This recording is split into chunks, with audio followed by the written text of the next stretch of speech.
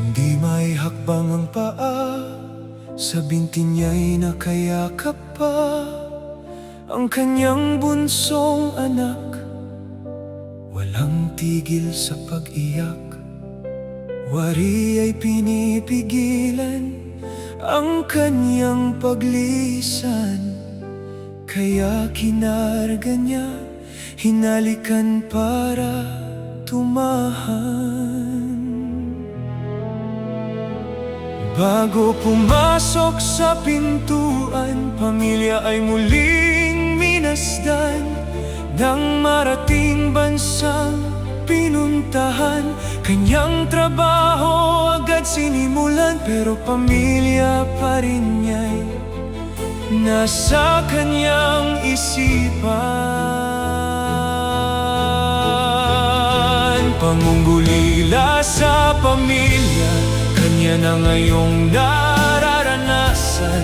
Pagod at hirap nawawala pag sila'y nakakausap. Pilit niyang tinitiis mga hirap at sakit. Sa pamilya inilalaan para sa magandang kinabukasan.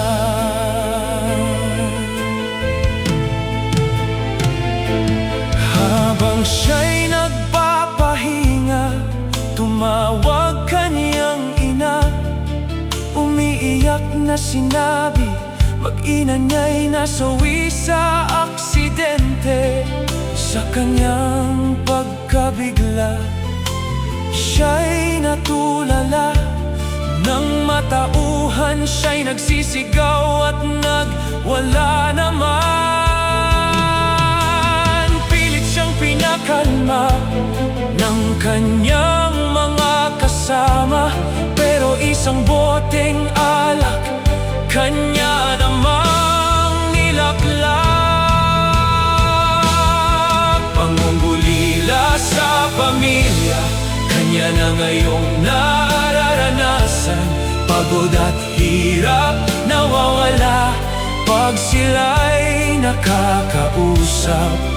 Pilit niyang tinitiis mga hirap at sakit. Sa pamilya inilalaan para sa magandang kinabukasan.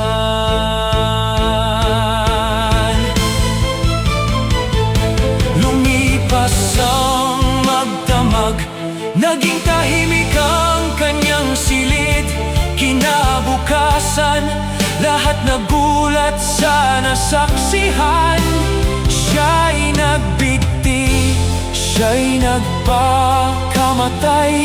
Kinitil sariling buhay, iniwan niyang sulat ay binasa. Siya'y susunod daw sa kanyang mag-ina.